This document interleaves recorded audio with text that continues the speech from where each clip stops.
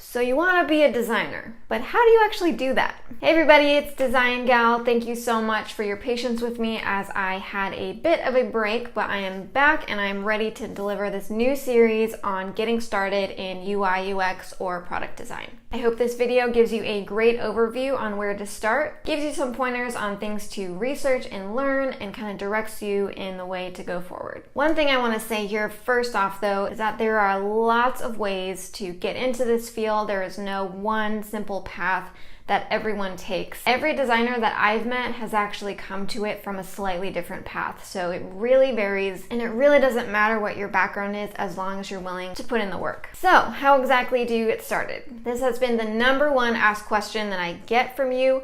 And so if I were you today just starting out, this is what I would do. First of all, I want you to believe that you can do it. Yes, it is a lot of work. Yes, you have to put in the time. No, it's not going to happen overnight. It's not going to be easy all the time necessarily, but you can actually do it. Learning any new skill can be challenging. It definitely takes dedication and practice, but it is totally possible and you can absolutely do it. So number one, believe that you can. Step number two. I think to start, it can be a little bit intimidating because there's so many parts of UX and specialties within UX, and trying to be good at all of them at first is going to be a lot.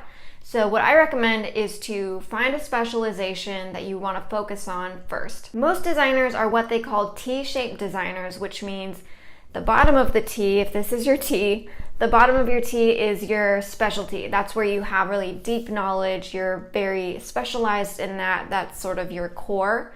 But then the two little arms of the T are where you have complementary skills that can reach across disciplines. So again, you're an expert in one area, but you have knowledge of other areas that are related. So I would find what is that main skill that you want to focus on first, whether that's more on the visual design side, whether that's research, whether that's user testing, whether that's prototyping. Picking one to start with and really focus on is going to get you off to a really good start and a little bit easier path as far as learning one particular skill. The next thing I would do is start looking around at products you use every day, whether that's a social media platform, whether that's a website, whether that's an app that you really like to use, and think about what about this makes it a good user experience. What about the design is really working, or what is just so good that I don't even notice it. There's no friction there. It's easy for me.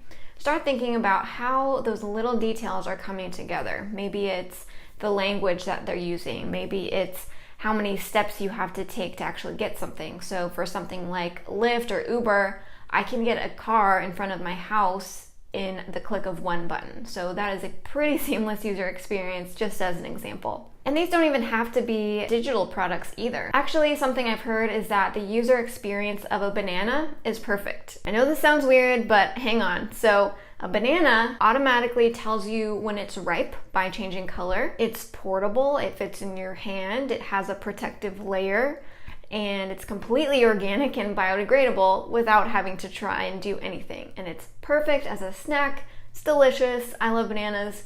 Anyway, bananas, a great user experience. Who would have thought? So just start looking around and thinking about the ways that you use objects or products, and what about that makes it a good user experience for you. Next, I want to suggest that you find some inspiration. There are tons and tons of online resources out there, which I'll be putting together in a little while, but look at designs on like Dribbble or on Pinterest. Follow blogs, follow Twitter accounts. You should be reading constantly. I read constantly about the industry just to keep up with it. So there's always new stuff coming out, always stuff to learn. You can even read over UX case studies that are very successful. Reading other case studies is a really, really great way to learn how a project came to be. I actually just found out about this website called casestudy.club, which is essentially just a collection of UX case studies, and they really go through in a lot of detail exactly what they did, how they came to their solution.